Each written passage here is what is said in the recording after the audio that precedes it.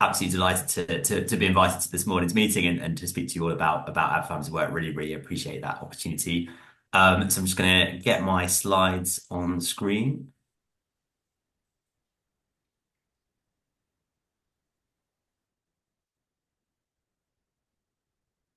Okay, hopefully you can all see that today. So the title of of my presentation is Above and Beyond. So that's a quote from our latest ADFAM's latest research report, which looks at the role families play in recovery. But I'll get onto that kind of specific report later in the presentation. First, I'll kind of take you through a bit about what ADFAM is and what we're about. Obviously, as I'm sure you'll know, our kind of key focus is families affected by substance use. So we work across the UK, leading charity in England. We say that because we have a sister charity in Scotland called Scottish Families, who also do excellent work supporting families affected by substance use. So we're here for all the millions of people affected by someone else's drinking or drug use, and covering all different family relationships, children, parents, also friends, partners, siblings, grandparents. Anyone, any relation can be affected by someone else's substance use. And our vision as a charity is that all family members affected by substance use or gambling as well are heard, valued, and have access to support. So the four kind of main tracks, if you like, of our work are supporting families. So providing direct services to family members to help them deal with the effects of their loved ones' substance use, and also providing information and guidance on our website and through resources that family members can access to help them understand, learn, support themselves, improve their own well-being, and also support their loved one as well. So the second kind of main track is working with professionals and practitioners, so through training predominantly. So we have a number of training courses. I'll talk a little bit more about that later. Also, we want to influence decision makers and campaign and raise awareness of how families are affected by substance use. We really feel that this is a massively underrepresented issue. I'll show you a stat on the next slide, which demonstrates the scale of this issue. And yeah, we don't think it gets the recognition that it should. And because of that, we want to give a voice to family members as well. There's a huge amount of stigma. A lot of families suffer in silence, if you like. So we want family members' voices to be heard. Many family members don't want to speak out about their experiences, and that's totally understandable because it's incredibly can be incredibly stigmatizing. It's an incredibly difficult thing to do, particularly if you have a family member that's in kind of actively using or actively dependent on substances. It can be a really difficult thing to do, but we do want to give family members a voice, and we've recently set up a lived experience, or we are in the process of setting up a lived experience campaign network to provide or to build a platform for family members to be able to do that. I also should mention, so we were founded in 1984. So this year is our 40th anniversary, 40th birthday as a charity. So a little bit of history about ADFAM. So it was originally set up by a mother, someone called Simon Ann Doran, whose son was using heroin, and she couldn't find the support that she needed to deal with her son's heroin use. There was support out there for her son, but not for herself. And so she wanted to set up ADFAM to provide support for other people like her, other family members. So in its early years, ADFAM was run purely by volunteers. It was actually in the vestry at the back of St. George's Church in Camden Hill, Kensington, in West London. So that's how ADFAM started. And then over the years, it's kind of developed, evolved, changed. But its mission has always been to represent, advocate, and support for all the family members that are affected by by substance use. Because it's been our 40th year, we've kind of wanted to take this year as an opportunity to reflect on what's changed over 40 years. In 1984, I don't think there was really anything at all, which was why ADFAM was set up. So things have improved a lot since then, but we're still absolutely not where in the UK where we want to be. In particular, the past decade, there's been some really devastating cuts to services for families. Particularly 2012 onwards, real cuts to drug and alcohol treatment budgets, which had a really bad knock-on effect on family support services. And where we're at the moment, it's a real kind of patchy provision of support for families, very much what we call a postcode lottery. So yeah, we want to change that. We want to get more support out there for families, and it's an ongoing challenge, but one we're very much committed to.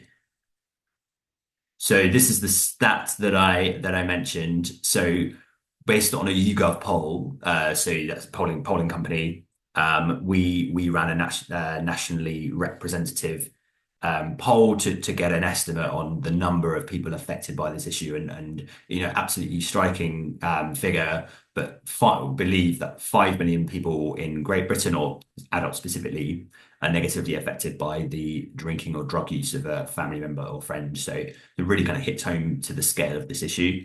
The 5 million people will be affected in different ways and have very different experiences, but it just goes to show that everyone will know someone that's affected by this issue. It's very, very big and very hidden. And then in terms of children, so this is taken from the charity NACOA, which is the National Association for Children of Alcoholics. So primarily ADFAM's work is with adults, but NACOA provides support to children affected by parents drinking, and they estimate, based on a kind of similar sample, that 3 million children in the UK are living with parental alcohol problems. Again, this is also a very hidden issue, and it's important that we highlight and raise awareness and support those millions of children as well. So the impacts on family members are absolutely vast, and I'll just run you through some of these. I'm sure many of you will be aware that often feelings of stress and anxiety. Many family members struggle with their mental health due to the strain that it has on them and their mental well-being. It can have physical health effects and strain. A lot of family members suffer financial hardship, both as a result of supporting their loved one and then being dependent on them, but also just the perhaps impact on their work life, day-to-day life. Many family members take on additional caring responsibilities. So a common one in particular is what's called kinship care, where so it's often grandparents are caring for their child's child, so their grandchild, because the parent isn't able to as a result of their substance use. So that's a huge, taking on huge responsibilities like that, enormous kind of emotional and financial cost, but lack of recognition and support and to help them deal and navigate that. There are often complex family relationships that people have to navigate. As I mentioned before, there's a lot of stigma out there, around substance use. And let's be clear, like people affected by substance use themselves, are the kind of main target of that stigma, but family members very much feel it too. As I mentioned before, there's a huge impact on people's work life commitments and plans. A poll that we ran with YouGov when we got that stat around the 5 million people, we found that a lot of people were feeling there was this kind of notion of absenteeism, where people were at work but weren't necessarily at work. They were constantly kind of engrossed by their family members' substance use and the kind of emotions that came with that. Unfortunately, many family members do experience abusive behaviour from their loved one. Not always, but it's very common, and this includes violence and domestic abuse, unfortunately. And very sadly, many people do also lose their loved ones as a result of substance use. And this is an issue everywhere. It's unfortunately an issue that's growing in prevalence as well.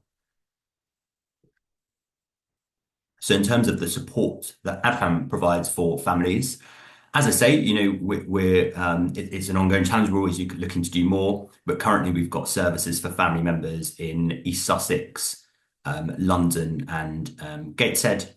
We also have dedicated services around particular issues. So we have a support service for military families where substance use is an issue, families affected by gambling, and also, as I mentioned, kinship carers. Unfortunately, that service has actually recently concluded its funding term, but we are hoping to get some further funding for that. We also have a national service which is called ADFAM at Home. So a lot of our services adopt this ADFAM at Home model where we provide remote support to family members, pairing them up with a professional support worker who will deliver up to 6 support sessions to them to help them one deal with the effects of their loved one's substance use and kind of metaphorically walk alongside them and put a plan, measures in place to find a way forward, help their loved one if that's what they're looking to do, but predominantly help themselves and help them to deal with what's going on. So our national service is open to anyone. Unfortunately, as you can imagine, there's 5 million people affected by this issue, and there's only so many people that we're able to help. We are a very small charity, but we're keen to expand the service as much as we can because we know what a great need there is out there. So we're keen, in an ideal world, we would deliver that service to as many family members as possible, and it is an absolutely valuable resource. We've also got lots of as I mentioned, information and guidance on our website. So a really good resource that we've got is a series of YouTube videos. Again, drawing on a lot of the things that we look at in the support sessions.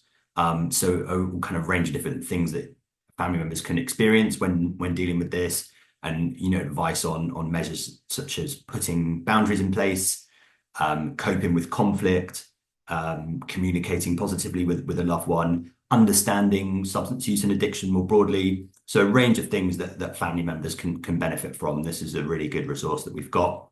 We've also got an online peer support forum for people to speak to each other online in a kind of anonymous way and offer advice and support to each other. And just a range of other kind of resources, signposting and guidance that's all available on our website. We recently actually relaunched our website as well, and it's a much kind of cleaner look. We're really pleased with it. It's crazy how quickly websites can get out of date, and they're very expensive as well, which is always a challenge for a small organization. So yeah, we were really pleased to get this one over the line, and we think it's it will be much more beneficial to our beneficiaries, the family members, to be able to use it.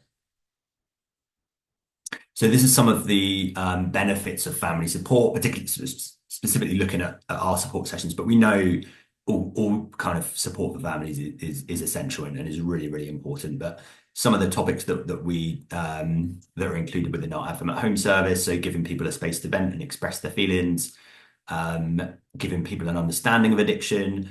Often I think when family members kind of first discover their loved one's substance use or addiction, they just have absolutely no idea and through absolutely no fault on their own, but just don't understand kind of how it happened, don't understand the reasons behind it, why someone might fall into addiction, what the different kind of substances are that they might be using or addicted to. So a real kind of like understanding of addiction can be incredibly helpful for families and provide that clarity.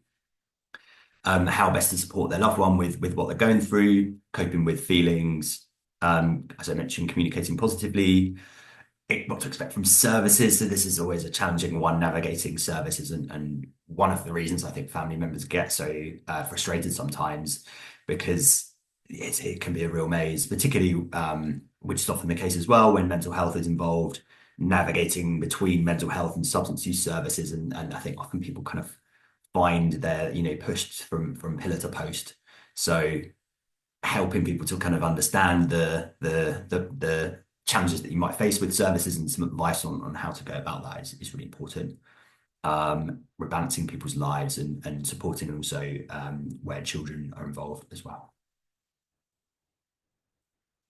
So I mentioned a bit about what we do to support practitioners. So this is a kind of vital track of our work. we often find that without training and understanding being available, people won't recognize the impact on family members. There won't be that kind of help out there for family members. So it's really important to skill the existing workforce to better improve their skills, confidence, and understanding, so that they're better able to deliver support to family members and also offer important signposting and guidance if they come into contact with them. So we've really been kind of growing our training offer. So we delivered 57 days training last financial year. Trained over almost 500 practitioners across the country, and that's a range of different backgrounds as well. So mix of drug and alcohol workers, family workers, social workers, prison workers, probation staff, mental health workers, and teachers. And yeah, we've got a real kind of mix of courses. So and as well as looking at core kind of issues around families, drugs, and alcohol, also some specific courses. So looking at parental substance use, parental conflict, child to parent abuse, family dynamics, dual diagnosis, so when there's co-occurring mental health and substance use, supporting people that have been bereaved, dealing with trauma, and then fetal alcohol spectrum disorder. So when a child is born and when the mother has been drinking during pregnancy, that's what fetal alcohol spectrum disorder is. And there are some unique issues and challenges that children growing up with that experience face in their lives. So yeah, so a wide mix of things, and we think it's really important to help practitioners and give them that skill and understanding, and that's a kind of that's a really important mechanism. We also run regular forum events and very much encourage all of you to come along. They're open to anyone, including our Faith, Families and Recovery Forum that we do alongside Alcohol Change UK. And Alison kindly spoke at one of our events recently. So this looks at the important role that faith can play in helping people achieve recovery, and also family members as well. So these are always really good events, hearing from different perspectives, and also opportunities for professionals and others with a kind of interest in this area to get together and listen to each other. So moving on to our kind of strategic engagement. So this includes raising awareness of the impact of substance use on families. We just feel this is just not recognised as much as it should be. 5 million people affected by this issue in the UK, and you never hear about it enough, and there's just not enough support out there. So we see that as absolutely critical for our critical kind of responsibility for us to get the word out there about this issue and do everything we can to raise awareness. Developing an evidence base we see as a very important part of that. So we're constantly producing research to demonstrate the impact of substance use on families, demonstrate the impact, produce evidence to show how people are affected. And it's important to produce evidence to get the decision makers and policymakers to listen as well, so that there's evidence out there to show that this is an issue that they should be addressing. So influencing decision makers and trying to improve policy is also critical to better recognise and support families. So I'm just going to run through some of the recent pieces of research that we have published. So last year, so sort of every 3 years or so, we do a State of the Family Support Sector report. So it's a deep dive into what is the state of play, what's if you're a family member coming into looking for support right now, what's available for them, what are services up to. So this was really interesting because this was the first State of the Sector we did since the drug strategy. So the drug strategy was a UK, probably England and Wales strategy for around drug policy. So it was in 2021, and real kind of really highly anticipated amongst the drug and alcohol sector, because after years of disinvestment through, the austerity years sort of post 2012, this was seen as a real opportunity to bring much needed investment back into the drug and alcohol sector, back into drug and alcohol services, and we hoped services for families.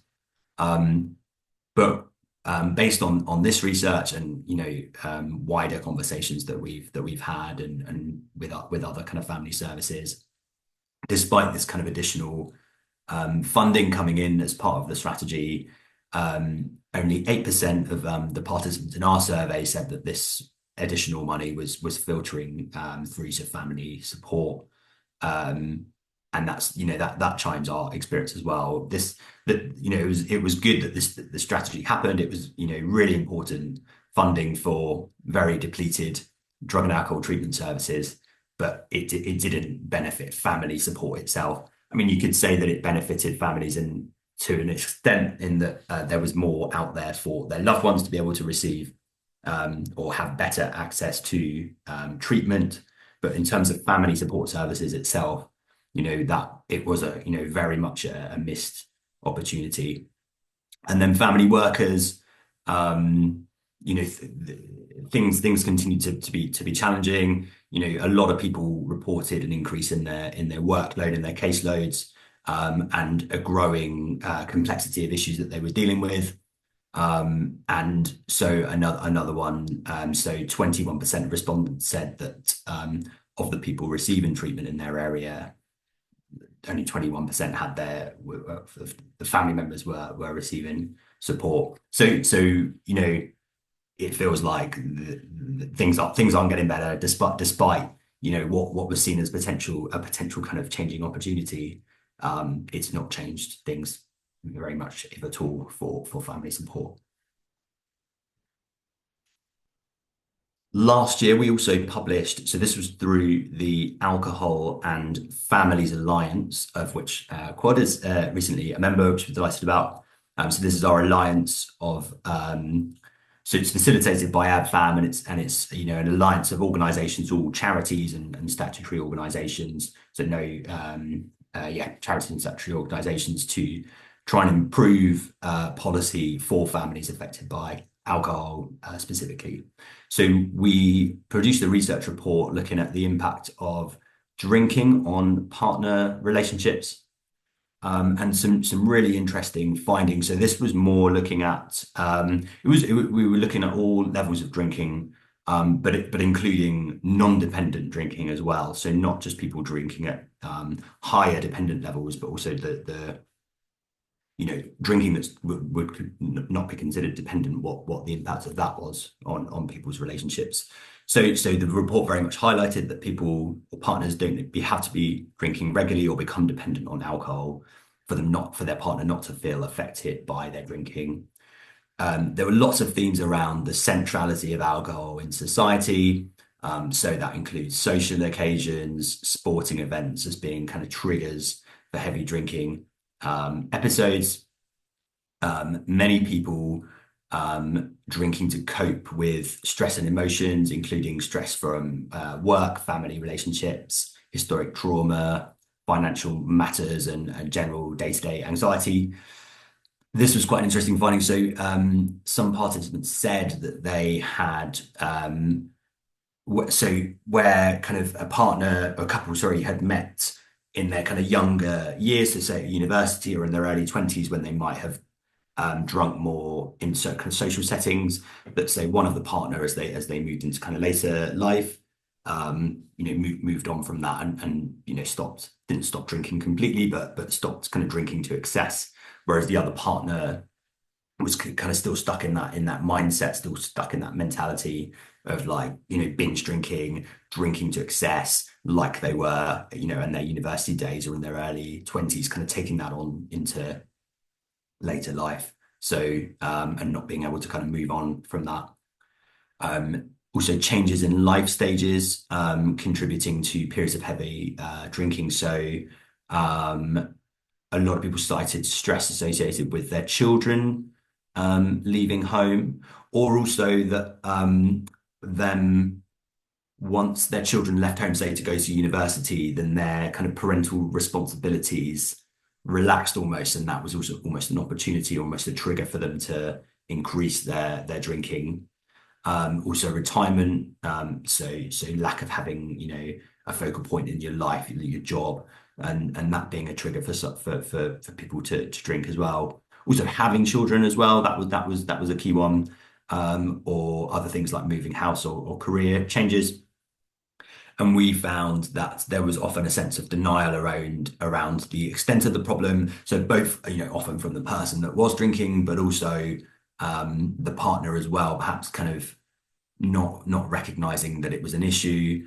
Perhaps for perhaps they kind of did know that it was an issue, but didn't want to acknowledge it. I think that played a key part as well.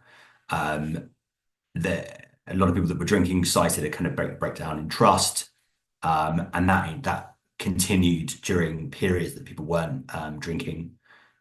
So even if their loved one um, was going for a period in their life where they weren't drinking, that kind of distrust between them was still very much there, and it contributing kind of more widely to um, loss of intellectual and emotional connection and intimacy, um, and just generally kind of damaging people's relationships. And then finally on this one, almost half of the respondents to this study said that they didn't access support for themselves. So this the affected partner. Many, either didn't know that support was out there for themselves, or they didn't feel that their partner's alcohol use was severe enough to warrant them needing support in their own right. So I just thought this was a really interesting study. A lot of what we look at is substance use at the more, whether it's dependency or addiction, whereas this looked very more at, yeah, people who didn't consider themselves to be addicted or didn't consider themselves to be dependent, and that wouldn't, considering the kind of drinking guidelines wouldn't fall into that, but still having an impact on people's relationships, still having an impact on people's lives. So yeah, it can impact people at all levels, I think.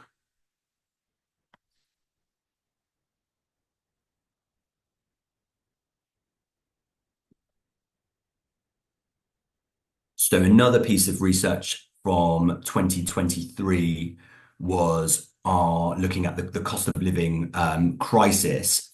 So again, we wanted to really kind of highlight, we know the day-to-day challenges that families go through, and this is just kind of the cost of living crisis has almost just kind of hit families doubly hard. So you just, fighting on two fronts now, fighting the effects of their family member substance use, and the stresses and complications that come with that, alongside having to deal with the cost of living crisis, and then the real stresses that people are going through as a result of that. So just some stats here from that as well. So over two-thirds of family members said that they felt more anxious than usual because of the cost of living crisis. Almost two-thirds said it had negatively impacted their mental health. Over half said that their family member using substances had become more financially dependent upon them because of the crisis, which added further cost to themselves. Over half reported that the loved one had been struggling to pay for basic necessities for themselves as a result of the cost of living crisis, and 52% neglected paying basic necessities for themselves to pay for their own alcohol or drugs. So that's also quite a striking finding, and important to kind of put that out there, that is happening as a result. So yeah, so these, and we also similarly did a report on COVID as well, and the impact of being in lockdown. So these two kind of crises that have come out have really kind of complicated things for family members who are already dealing with so much. So I just wanted to kind of demonstrate the complexities. I think I mentioned in my earlier slide about our state of the sector research why there was more complexity, and that is very much the case. Things are kind of getting more complicated. What people are having to deal with, more challenging. So that kind of further demonstrates the need for better support out there for families. So then this is the our latest one. So we published this in July. It's called Above and Beyond, and obviously the title of the presentation. So this was an interesting study. So we know we've got evidence to say how families are affected by substance use and the different effects that there are. We have evidence about how effective family support can be in helping family members to deal with these effects. But one thing that we felt that we knew, but we didn't necessarily have the or an up-to-date evidence base to show it, was that family members also supporting family members also helps people that are using substances helps them to achieve and maintain recovery. So having the support of your family member and guidance of your family member is really important to help you overcome the substance use, overcome the addiction. So we kind of had some kind of anecdotal evidence around that, but we thought, okay, we need to we need to kind of put this to the test, and so we ran a study. And normally our consultations will be with family members themselves or family practitioners or other practitioners, but this was with people in recovery. So we had to kind of build our links. We already had, relatively good networks and links, but we'd never kind of consulted directly in this way with people in recovery. So this was a study very much geared towards them to get their perspective of what role their family member played in their recovery. So we spoke with over 100 people in recovery, and the key findings were that 3/4 of those people credited their family members with playing a significant role in their recovery. So we feel this is a really telling finding and really demonstrates the critical role that family members play. So we're not claiming that this is a kind of nationally representative sample, but 3/4 of the kind of respondent base is a massive number. And so just for some context, so government figures at the moment record nearly 300,000 people in contact with publicly funded drug and alcohol services. There's estimates that there are over 600,000 people drink independently in the UK. The ONS estimates that the UK has around 770,000 frequent drug users. So if anything, approaching 3/4 of these people receive significant support from their family members to help them overcome the problems that they're experiencing as a result of their drug or alcohol use. That's a massive help, but also represents potentially a massive saving. We're in unfortunately a kind of narrative around cost saving and needing to kind of cut back on services and save the public purse. So this does demonstrate, we feel, massive kind of potential saving by investing in support for families and helping them to kind of better help their loved ones if that's what they want to do. Then that and by helping their loved ones into recovery, that reduces the strain. And we don't want to kind of describe it as that, but if you want to look at it in those terms, that it does reduce costs on the NHS.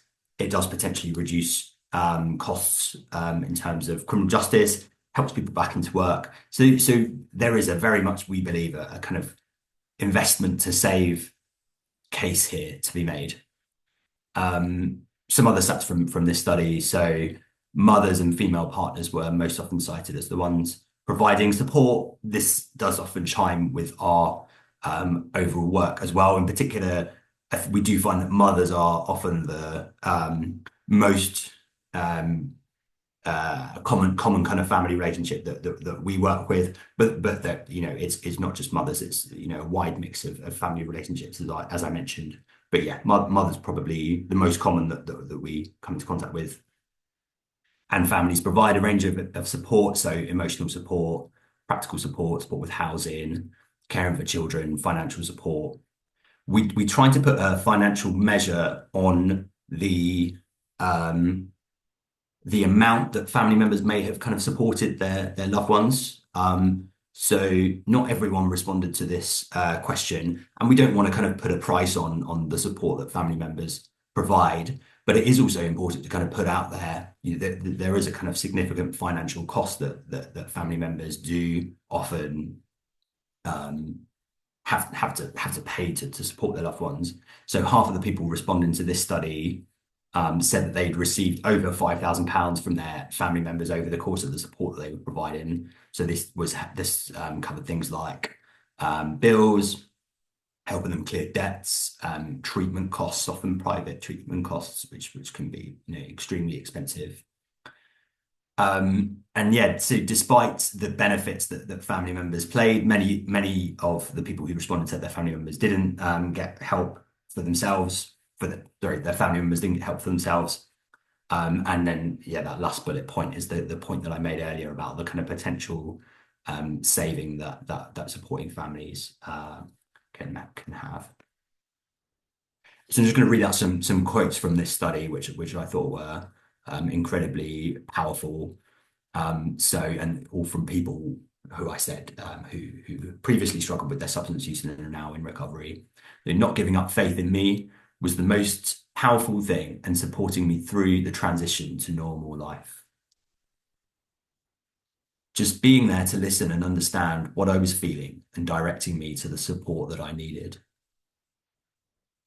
Them gaining more knowledge and understanding about addiction helped me to speak about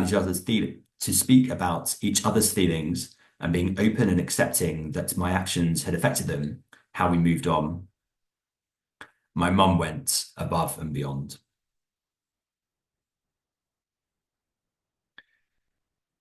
So obviously having an evidence base is important, but you have to also use it to try and influence and try and achieve change. So on the right there are some of the alliances that we are a part of. So it's very important that we don't want to be an isolated voice. We want to work with others to get this message out there. So we facilitate two alliances ourselves, so our Alcohol and Families Alliance, and also our Alliance of Family Support Organisations. So this brings together all of the kind of grassroots family support services that are out there, kind of working on the ground, working in specific areas as well. So unfortunately, there's not that many now, but there are some. So through this alliance, we bring them together and try and kind of speak with a united voice. And we also work with some other alliances as well. So Collective Voice is the kind of alliance of the drug and alcohol treatment providers. We work as part of the Anti-Stigma Network, and we also involved in the Kinship Care Alliance. So these I've on the slide here are all of the things that we are kind of fighting for, that we're lobbying, influencing for at the moment. So first and foremost, we need more funding for specialist family drug and alcohol support services.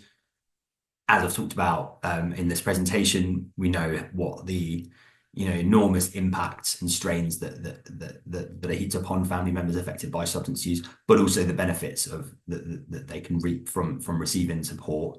But there's not enough support out there, and we do need more funding and we do need more services. But it's a difficult case to make at the moment. It was a difficult case to make through the kind of austerity years. A lot of a lot of family services were being cut rather than invested in. Unfortunately, we didn't see much benefit from the drug strategy, and there's a potential opportunity now with the new government, but it's hard to see at this point that there's going to be significant new investment. So just going to the third, I'll go back to that second point and just going to the third bullet point first. What we want to see, perhaps if there's not going to be kind of an increase in funding, we want guidelines to be strengthened around the funding that is provided. So there was additional funding that came through in 2021. So perhaps we feel that the guidelines should be strengthened around that, so that there are expectations around the percentage of that budget, of that funding that's allocated to specialist family support So this is so the way the funding works. It's there's a public health grant that goes to all local authorities in England and Wales, and then the local commissioners deliver that. But there are guidelines and expectations around treatment, but there's nothing in there around family support. So the provision of family support is just dependent on having a local commissioner that understands or it buys into investing in family support. And it's not easy because it's incredibly competitive. They've got a kind of limited budget. There's a lot of kind of specific things that they need to spend that are statutory or that are kind of within the grant or guideline that they have to spend. So without that kind of incentive, a lot of commissioners aren't going to invest in the family support. So we think by strengthening the guidelines, that would have a critical impact, and that's something that we're very much trying to achieve at the moment, and that we're lobbying for. We'll see how that goes, but it has the potential to have a critical impact, and also I think a lot of local areas don't actually know how many families they're supporting as well, so they're not recording data on numbers of family members being supported. They are obviously recording data on number of people going through treatment services, number of people successfully completing treatment. So adding in recording of the number of family members that they're helping helps them to understand, what's going into family support and what are they actually offering. So that would have a key difference as well. So going to the second bullet point, the CAADNET grant. This was quite a small grant, but it was running between 2018 to 2022, and specifically for children of alcohol-dependent parents. So there's, again, very little out there for children, very little recognition, very little in terms of services. So this was a really kind of critical grant. It came about actually as a result of some campaigning from MPs at the time who had their own lived experience of being affected by parents drinking, and they kind of grouped together and shared their experiences in the Houses of Parliament, and this led to this grant being made available for local areas to bid for services for children, and also kind of various innovative projects. So in terms of the grant, it was, I think, I can't remember the exact number, but it wasn't that significant. I think maybe £2 or £3 million over that time. I may have got that wrong, but in the grand scheme of things, it really wasn't that big an outlay, and it had a massive difference. So that's something that we are campaigning for as well. We also need to improve the workforce and help them to kind of develop their skills and understanding. So a kind of key mechanism that could help with that is to conduct a wider skills audits to understand what needs our workforce have, and help them to kind of better improve their understanding. We need to tackle stigma. Stigma is such a big issue around substance use that we see day to day. We look at the progress that's been made in terms of mental health in recent years. There used to be so much stigma around mental health, people being afraid to speak out through fear of being judged, tarnished, labelled, and there's been enormous progress made. Now people know through kind of public campaigns, encouraging people to speak out, to speak to their friends, and encouraging people to understand, listen to their friends, and just this general kind of feeling that it's okay not to feel okay, it's okay to talk about this issue. So we'd like to see similar progress around substance use and the impact on families. And I think things have gotten better, but it's still a long way from where it needs to be, I think. And people are still labelled, and I think people do just generally feel very isolated if they're going through this. And I think people experience stigma from services still, and there's also stigma in the media, which I think there really is no excuse for the media to be using um, stigmatizing language. I think often the kind of imagery that they use in news articles, kind of for instance, if someone's died as a result of an overdose, there'll be a kind of image of a syringe, um, and just just very kind of insensitive stuff. We actually produced a media toolkit with Scottish families, providing advice on how media outlets and journalists can report on issues relating to substance use in a non-stigmatizing way. And the media, you think how much reach they have. If we could get the media to kind of understand and report on this issue properly, that would have a massive effect as well. Um, in terms of drug and alcohol related deaths, this is again, sadly a growing issue. So the most recent drug and alcohol related death statistics. So I think 4,970, almost 5,000 deaths in England and Wales due to drugs in 2022, and over 10,000 deaths from alcohol in the UK in 2022. So these are both the highest since records began, particularly high rates in Scotland as well. And they've been doing a lot of campaigning work, our sister charity, Scottish Families, to one, support the people that have been that have lost people as a result of substance use who are going through absolutely it's absolutely devastating and isolating for them, but also do more to prevent these deaths and invest in services. So last two, tackling the affordability, availability, and promotion of alcohol. This is actually a massive area. So population-based prevention policies addressing this are really effective and important measures and methods of reducing levels of alcohol consumption, and thus tackling the harm caused by alcohol to children and families, and bringing about that positive change. So some of the measures that would come under this category include restrictions on alcohol advertising, and this very much to protect children, but also to support people who are dependent or struggling with alcohol, and kind of you can feel almost completely bombarded with it in terms of how often it's advertised, on the street, billboards, on the telly, sporting events as well. It's very much kind of everywhere and hard to escape, and that can be incredibly challenging if you're struggling with alcohol.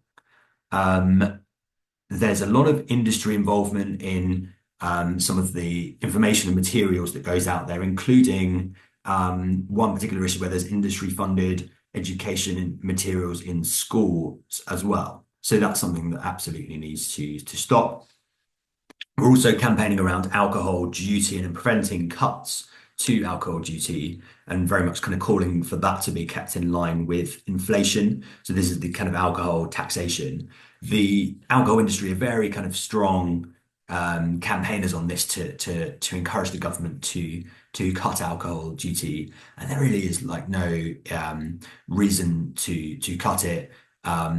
It's other than reducing costs on the alcohol industry. There's a common argument that cutting duty helps pubs, but a lot of our partners in the Alcohol Families Alliance have kind of debunked this. It really doesn't help pubs at all. It more helps supermarkets and real retail outlets, allowing them to kind of produce cheaper alcohol. So it doesn't, as we understand, have much of an impact at all on pubs. So this, and it's quite a powerful argument that the industry make. Obviously, people don't want to see pubs closed. They don't want business owners to be affected in that way. So there's a lot of work there to kind of debunk this myth that cutting alcohol duty or is beneficial to pubs, and raising it is damaging. So there's that, and there's also restricting availability of alcohol in retail units. So reducing the number of reducing the sale hours to certain hours, and also reducing the density of retail outlets that are selling alcohol. So those two measures could have another kind of positive effect.